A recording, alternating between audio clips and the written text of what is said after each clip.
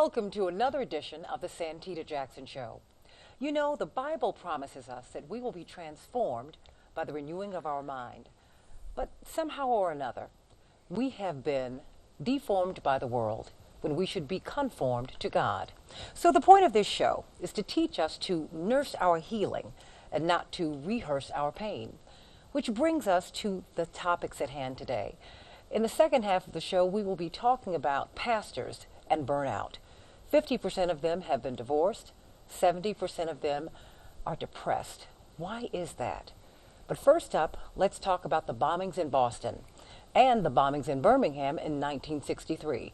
Did you know that there were 4 little girls who were killed at the church in Birmingham, Alabama in 1963? But actually, there was a 5th. And she's talking today, Sarah Collins Rudolph, whose sister Addie Mae Collins was killed in the blast along with 3 of her friends. They were playing in the ladies' room, in the restroom, getting ready for Sunday school, and the next thing she knew, she was in the hospital, blinded in one eye. In fact, she'd lost it, and her sister was dead along with 3 more of their friends. And today, there's a movement afoot to give them a Congressional Gold Medal, and she says no. In fact, I want you to call this an act of domestic terror. I want you to give me compensation, because this changed my life in irreparable ways. So we bring to our show today, once again, Ed Foxworth. Ed Foxworth, your media personality. You know I have to do that. Cha-cha, I love it, I love it. Oh, I have to behave. Well, I've got the imam who I'm going to bring up in a minute. Of course, attorney Linda Bernard, noted civil rights attorney, family rights attorney. Thank and you. Imam Dawood Waleed. Cha-cha, I have to give you that too. Can I do that with a man of God? There's no problem. Ooh. When you hear about the 4 little girls, let me go to you first, attorney Linda Bernard. All of our lives, we have heard about 4 little girls, and there were actually 5. There's this iconic photograph of this woman, this little girl, brown-skinned black girl, beautiful, but her features are distorted by this swelling, and she's got 2 cotton balls. That's Sarah Collins. Oh. She actually survived the blast, and perhaps I take this very personally because many of you know that my father's Reverend Jesse Jackson, my mother Mrs. Jacqueline Jackson, and we used to deal with bomb threats at the office and at our home on a daily basis. In fact, Kim Whitley, I'll get right to the story, the noted comedian, laughs about the first time that she met us when we were very young teenagers. And she was walking to the house while we were running out of the house because there was a bomb threat. So I had to grab my sister, and my brothers had to grab our brothers, and we had to grab everybody else who was in the house and get out. So I feel that, and I think I still live with that trauma today. And I think of this young woman, this woman now who's a grown woman, who said, I wanted to be a nurse, but I'm a domestic, because every time I hear a blast, I just never got over this. Do you think that she should, was this an act of domestic terror? I mean, do you think she's onto something or not? Clearly, she's absolutely correct. There's no difference between her and the persons that were victims in 9/11, and of course throughout the country. I mean, this was this was within the civil rights era, where everyone that was speaking out, that was trying to do something, of course, was attacked, and they were innocents. Clearly, that she should receive reparations for that event, and in my opinion, she now, also. Do you think reparations is the wrong term to use? Now, you know, when we talk about reparations, particularly as African Americans, people shut down on that. Should we talk about restoration or just restitution? We can call it restitution, restoration, reparations, but even more. But isn't shocking, reparations racially loaded? Well, it is a term that's racially loaded, unfortunately, but it's only racially loaded when you're speaking about African Americans. It's not loaded when you're speaking about The Koreans, Japanese. the Japanese, anyone else in the world, anyone who was in New York that day on 9/11. So it's only loaded when you're speaking about giving something to African Americans. But even more importantly, I was not aware of the fact that you had experienced terrorism to that extent personally. I can't imagine that. I mean, you had to be terrified as a little girl. Oh, I was reading, my brother and I, Jesse, Congressman Jackson, former Congressman Jackson, and I were in Washington in school together. And I was reading a Washingtonian magazine, which wonderful magazine. Every city's got their magazine, right? And they were featuring children of famous people who were in school in Washington. And of course, there were lots of folks there. And they have this picture of him laughing, and people who know my brother know that that he's always been carefree, or so you thought. And he said, the headline was, you don't feel quite the same way about rebelling against your father if every time you see him you think it's going to be the last time. And he talked about we would take our father to the airport every week. And my father would take us because he thought it might be the last time. And Jesse recounted that I go to the bathroom often after we put him on the plane, and I cry because I think this is it. And we grew up with every day, this is it. This is it. And so when I think of Sarah Collins and I think of her trauma, I say I understand that. I understand this is it. But what really gets me about this story is that I didn't know. See, and let me go to you before I come to you, Imam. Let me go to you because you are part of the media, and you part of major media. You've been there for years. How is it that no one would talk about this story, and even now, kind of put it on the back burner? That she said, I don't want a congressional gold medal. I want restitution, and I want you to reclassify what happened to us in 1963. But do you think she's onto something? I mean, what role does the media have in all of this? Yeah, I think you're exactly right. I applaud her for wanting that level of restitution, reparations, whatever word is appropriate. And I like what the attorney said in talking about it's got to be something that we do very consciously and move forward. Anytime you mention race, anytime you talk about reparations, people all of a sudden, take a step back. But the truth of the matter is there is some damage that's been done to people of color, physically, mentally, emotionally, that we continue to carry. And in the black community, we're continuously talking about handing the baton and standing on the shoulders of those who went before us. And so someone gets injured, way back, if it was my grandmother or my great-grandmother, I would want someone to take care of her. Absolutely. So I think she's on something that will have a chain reaction and a domino effect that if it begins to happen with her, we can begin to look at our race across the board. Well, should the media pick up the baton and say something about this? I mean, because they have the power. They have the power. I mean, because this is classified as a civil rights bombing. It's not in their best interest. Why? Because it doesn't speak well to their base. Oh. Well, let me go to Imam Dawood Walid, because she said, look, this should not have happened, and it should not have happened in church. Well, if it this happened is where to the I Jewish feel, community, it would have been addressed. You would have gotten the restitution, et cetera, that you and expect. Japanese community. I mean, because there's always Right. pushback, I think, because of what we've done for this country. But, I mean, she did say, ultimately, I need to be safe. I felt that I was going to be safe in church. We never thought this would happen here. In fact, Birmingham was known as Bombingham. So it had been happening everywhere, but they never thought it would happen in church. And to these not 4, but 5 little girls. How does she process this 50 years later? I mean, because we're taught to forgive. We're taught about redemption. I don't care if you are Muslim, but this is part of the faith tradition of the world. How can the church help her to process this 50 years later? Well, I mean, we can forgive, but at the same time, we're not going to forget. And at the same time, for inside of our souls, we have to feel like there's some sort of sense of justice or striving towards justice. And I really empathize with her struggle and really how she wants this act to be classified as domestic terrorism. And I like to say, too, that in her struggle and her fight, getting this reclassified as domestic terrorism might be just as big of a challenge as getting monetary restitution, because terrorism in America has been racialized. For instance, in the history of America, the greatest terrorists have always been right-wing, white supremacist, white males, okay? Now we have the racialization of terrorism. You mentioned Boston, for instance. Yeah. These 2 guys in Boston, they were being discussed firstly as perhaps being dark-skinned males. Some people thought they may have been not black perhaps. folks. Well, That they was did. almost yeah. definitive.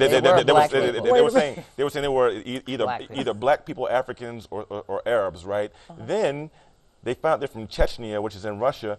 This is literally Which is the white part of Russia. Well, because this is people really- forget this is that literally- this is your raised job. No, this is right? literally where the Caucasus Mountains are, but they're no longer Caucasian because they said, oh, well, they're Muslim. So see, the whole thing is that America and the political system doesn't like to recognize white terrorists, like last year at the shooting in outside Milwaukee, Oak Creek at the Sikh temple, when these 5 white guys were going to blow up a bridge in Ohio, when they threatened to bomb the MLK Day parade in Spokane. They don't like to talk about these white terrorists that overwhelmingly have made up the majority of terrorists in America, and I think there's going to be a political struggle for her to get this redesignated as domestic terrorism. Well, you know, and I want to reintroduce the topic for people who are just tuning in, because we're talking about Birmingham in 1963, and Boston in 2013. When will we learn, people? When will we learn? Because Sarah Collins, who was the 5th little girl, there weren't 4, there were 5, she survived, and she said, I want Birmingham 1963 to be reclassified as an act of domestic terror, and I want to be compensated accordingly. She never expected to deal with this in church. And it seems to me, when you go to Birmingham today, and I've been to Birmingham, been blessed. And in fact, I had her on the show that I produced for Reverend Jackson, my father, Keep Hope Alive. And to hear her 50 years later, it's as if time never moved. And she said, look, I have PTSD. When I hear a loud sound, I am traumatized, and I can only imagine what's happening in Boston today, because that city was locked down. You know, I mean, how do we process this? Will the money be enough? You have been in law for a long time. Will that kind of restitution, is that enough? Does that cure? No, of course it doesn't cure, but it eases the pain. And with respect to Boston, 50 years later? Even 50 years later, because it's an affirmation that, you know, I was a victim, you know, I am being compensated, and I'm being recognized as a victim, as opposed to just someone who's just been pushed off to the side. But I was very impressed this week by our governor. The governor, I'm licensed in Massachusetts, I'm a lawyer in Massachusetts, and I was impressed by the And you've action. also won before the Michigan State Supreme Court. But have to give her props. But I thought Deval Patrick did a great job. He took control. He was very affirmative. Yes. More perhaps than I would have expected, but in any event, I he don't took know charge. why. He is from the Robert Taylor homes in Chicago, Illinois. We Is he? love, yes, we love I know him. he was a Chicago He's a native. Chicagoan, and he is from, and see, you know, and this is connected to the Jesus story, born in the ghetto. Ghetto was not born in him. Right. I'm biting for my father, too. There we go. Yeah. What is the takeaway? I mean, about 30 seconds from each of you. Let me start with you, Ed, because this is the media. The media is shaping this story. They have the power to do so much more with it. Are they doing enough? Yeah, no, I don't think they're doing enough. I don't think they will. And as I mentioned, it's about appealing to their base. And their base Who is the base? The base doesn't look like anyone here. The base is those individuals who are going to buy the products that are advertised. The base is the people who they talk to on a continuous basis when they design a message. The message is not designed for us. I mean, this story... But I refuse to believe that all white people are unfair and all black people are fair. No. And I And don't you think know that to be true. You have black tyrants. Sure. You've got red, yellow, brown, white. You have people who are struggling, who really are not fair, of every color, and you have people who are striving for that in every color. Let me put it this way. How often do we turn on the news looking to hear something that relates to us that's positive? Well, I mean, more than what it looks like, what it sounds like. Sure. Because I've seen enough black people who make me turn off the television. Absolutely. So how often do we turn on television looking for some news or some information that is beneficial and encouraging for people who look like, act like, and talk like us? Or people who are on the downside of advantage. I heard Sure. Russell Crowe say that during when he won his Oscar. Well, you know, I want us to come back and revisit this topic because she's going to go forward with this. She's suing. That is Sarah Collins Rudolph. Let us not forget her name. Indeed, she is the survivor. She's the 5th little girl there. We're not for everybody. Coming up, we're going to talk about pastors and burnout. Ouch. 50% are divorced. 70% are depressed. What's going on? They even have a website, pastorburnout.com. We'll be back with more of the Santita Jackson Show in just a moment.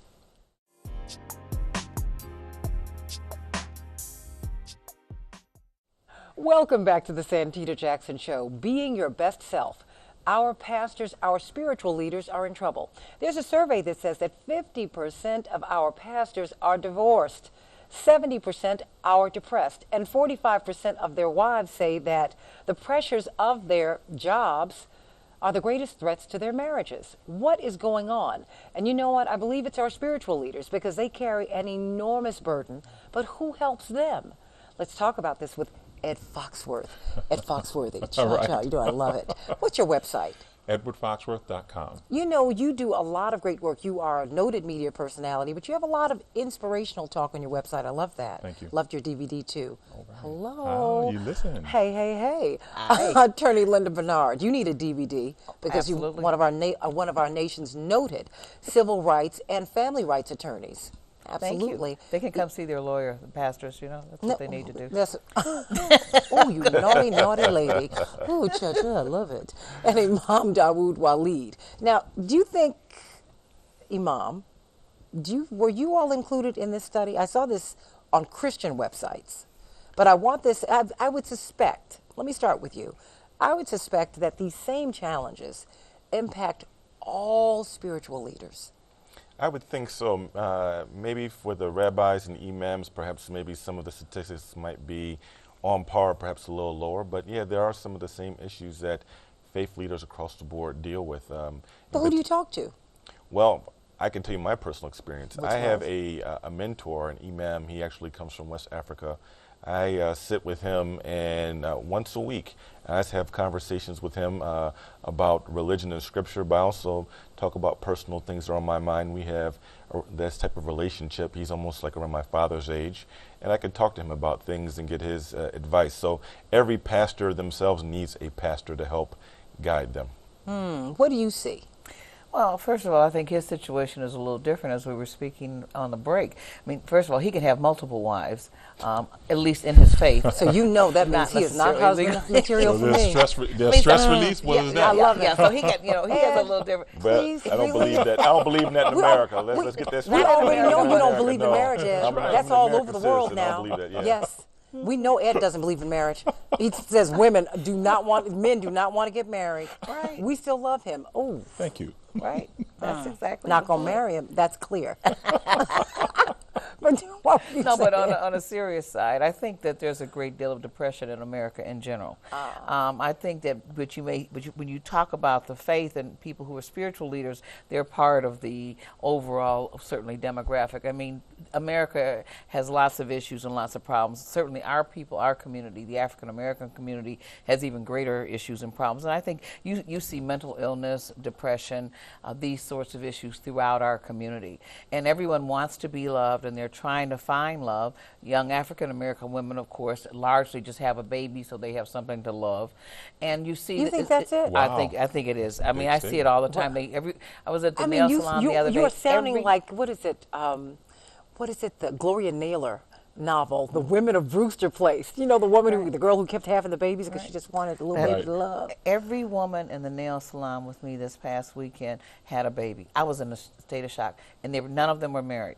So I mean, they all love their kids. Some of them were there and stuff. So I mean, That's I a think that different this story. is. That's a whole different show. I know, but my point with respect to ministers is that they're still part of that demographic. I think we all try to help people, we try to serve people, but depression is major right now within our community. And you're saying that pastors have the same frailties, human frailties, that everybody else. Absolutely. Now, I want to shift to you, Ed, because there's so much pushback that we're beginning to see, at least we're hearing discussed, about men not wanting to they shun church. Not God, but church. Because they say, you know what, this pastor is the object of my wife, my partner's, my beloved's affections. She'll make two pies. The first one goes to him, and the second one to me, perhaps, and you're shaking, you're nodding in a sense. You're saying, oh yeah, oh yeah, oh yeah. Now, but even with all of this adoration, these spiritual leaders, primarily men, because it's still very hard for a woman to get in the pulpit. That's another story too. There are a few of them. Yeah. Why do you think that they are suffering silently? I mean, there is a website for them. I mean, and their wives are struggling too. But why do you think that they are suffering in this way? Well, I first mean, of are all, you surprised by this? Not really. Why First not? of all, that's what men do. We suffer silently, regardless, from health issues, from emotional issues. It's not manly for us to have that kind of outpouring. And so, for us, this whole heavy weight that sits on our shoulder of being a provider, of sharing, always giving, always being on, from the time that we wake up to the time that we go to sleep. We have to give, we have to provide, we have to be strong. And it can be kind of daunting at times, because if we don't have someone to turn to outside of our spouse, then and sometimes it's about our spouse, that we need somebody So to said the turn man to. who does so not yeah, it want would to. be. No, You're right. I tease you about Yeah, that. that's fine. I tease you about it because I think that, we need to be honest about how we really, really feel. And that's why this study was so, it's so impactful to me. Maybe because I also grew up as a preacher's daughter. And there's no one, aside from my mom, really, there's no one you can really trust. There's no one you can really talk to, because these people are carrying the weights of the world on their shoulder. You're absolutely right about that. I think many ministers are like on call 24 hours a day. Yeah. I mean, and Those who it's choose to hard, be. well, my mother's sick, my aunt is in the hospital. My kid was just arrested last night. There are all these things. You see it in your own home because of the fact that you're a minister's daughter, the 1,000 people that constantly pull on a They person. expect my father to be the on the other night of side my of the prom, world. this is my senior prom, and I hadn't planned to go. My father made me go to my prom. The night of my prom, my father had accepted a speaking engagement, and because his speaking fees paid for his staff, it was a big engagement. He took it, but he didn't realize that there was a conflict. So he actually got to the airport and turned around because he said, he said, I'm not gonna miss my baby going to this prom. But that was a real sacrifice, and people were upset with him because he opted. It's a memory, a cherished memory that I carry with me. But then you've got a lot of people who are very upset. And yet you still don't have pastors meeting the obligations of all of its membership of its congregation. You still have things that happen and say, where are the pastors at? People still get upset about them not being at certain places, doing certain things or responding to certain instances. It's like being a priest. I'm Catholic. So, of course, priests say they're married, they can't get married. They don't have the distractions of family. But family is a big deal if, in fact, you have one. Yeah. And they also take the vow of poverty. So do you don't have those issues. Well, do you agree? Well, look, the church is so wealthy, the Catholic Church. Come on. Well, not anymore. All those judgments. Just that wiped out the base. Yeah. No, it did Billions not. and billions. No. I think they're still good. But I have a very important point in regards to how parishioners can play sometimes a not constructive part in regards to pastors and how they feel about themselves or spiritual leaders in general. We should respect our spiritual leaders, but when we place them too high up and idolize them and place them on a pedestal, we're actually hurting them, because we have some that get the big head, but others who are more humble, when they become praised like this and when they are given so much deference and told so much and be made to seem almost as if they're infallible, deep down inside they know their demons and their desires and the mistakes they make, and they feel unworthy, and they feel like they're not living up to the expectations that people place on them and frame them. Like if people really knew me. Exactly. I told this one sister, she was inviting me to come speak over in Indonesia, and she says, "Oh, you're so pious. You're such a great imam." And wait a minute. And let's say Indonesia is the biggest Muslim country in the world. So that's a tremendous honor. Exactly. Indonesia is the largest Muslim country in the world. I responded back to the sister. I said, "Sister," I said, "if you knew some of my mistakes and sins, you might spit in my face. Don't call me pious. Don't do that." So sometimes we need to stop holding up and lifting up our spiritualists so high that it puts pressure. Well, the see, now reason Ed's why I about don't to think jump that's in. that's Okay. not going to happen, because we keep hearing from pastors who say, "I used to be, and now I am. That I have a calling." And They're being I keep- insincere. and They're being insincere. You think so? But They're being insincere. But when they share Do you that, think they're being insincere? a large percentage of them are. Go on and Yeah, say it. Come on, yeah. say it. I am. Okay, well, insincerity might be the wrong word. It might be self-deception. It might be self-deception. Okay, what's the difference? Okay, well, what insincerity is a person has a bad intention. They know they're not all this or that, but they're saying it verbally. So it's a type of hypocrisy. Well, It's there's- what do hypocrisy. you- there's But, one but, thing but when- self-deception is when you actually start to believe the hype or believe your own hype, and you forget about I'm well and I'm actually okay. where, like I'm straight. It's like someone who's an alcoholic, okay? They don't. The first step is admitting that you have a problem. Right. And sometimes when someone's self-deceived and they become spiritually drunk, they get drunk off the wine of spirituality. They think they're this and they're that. When in fact, you're just like everybody else. Like I you love need to humble that. yourself. Spiritually drunk. That's And- good. and- You their know, power. Ed's loving Yeah, that. I do. Uh-huh. And the power and the trappings that come along with that. Because it does Sure. corrupt, right? It does. Right. Oh, yeah. I mean, Right. worldly power. The bigger, the more money involved and so forth, and it just starts to corrupt itself. But what are our responsibilities? You know, the congregants. I mean, because you're right. We lift people. We don't want to do the work. We come, we go to mosque. When do you go to mosque? Friday is our holy day. Okay. You got the Holy Weekend, Friday, Saturday, Yeah. Sunday, right? And we just want to go to our houses of worship or our places of worship, do that, and then we're done. And we expect the pastors, the spiritual leaders, and their families to be perfect. Yes. Yeah. And I need you to be perfect because that means I don't have to do the work. That's right. Exactly. As a matter of fact, I have some people that say, "Oh, Imam Dawood, pray for me." I said, first you pray for yourself and you pray for me too. I'm going to pray for you. But you pray for yourself first and then include me in your prayer. See, to your point, That's how I the think. congregates Okay. are harder on themselves in terms of their shortcomings than pastors are. So in other words, if I'm a pastor, I'm not going to be as hard on myself about my shortcomings as you will be on yourself. We're all doing that to ourselves. They just wind up not doing it as tough. Okay, Linda, I'm going to give you the last word. Oh, Well, hope I think this is a great discussion and so forth. I think it's very disturbing that people have these issues in terms of their depression and so forth. But you say that you have the outlet. You have an outlet. I do. For me, it's confession. I mean, I can go to confession. Bless me, Father, Yes. for I have sinned. And I guess that's Does what that you help? do. Actually, it does. Actually, it does. Okay. If you go to confession, but now, of course, we can confess directly to God. But you can confess. I don't understand exactly how you do it. Or But seek advice, yeah. Okay, you take the advice. But it's face to face. See, ours is And I see anonymous. Ed is about to move off of the No, sofa. it's No. anonymous. Right? Yeah, that's right. You can't see the person who's confessing. You know what? This has been a great show, everybody. You know, we've talked about love, we've talked about redemption, and really putting life into its proper context. At the end of the day, you have to do the work. Just don't leave it to someone else, right? Yes. Right. Ed Foxworth, Yes. Attorney Linda Bernard, Imam Dawood Waleed. I mean, Take medication. well, you for know, the depression. whatever work you need to do it. Thanks for watching this edition of The Santita Jackson Show.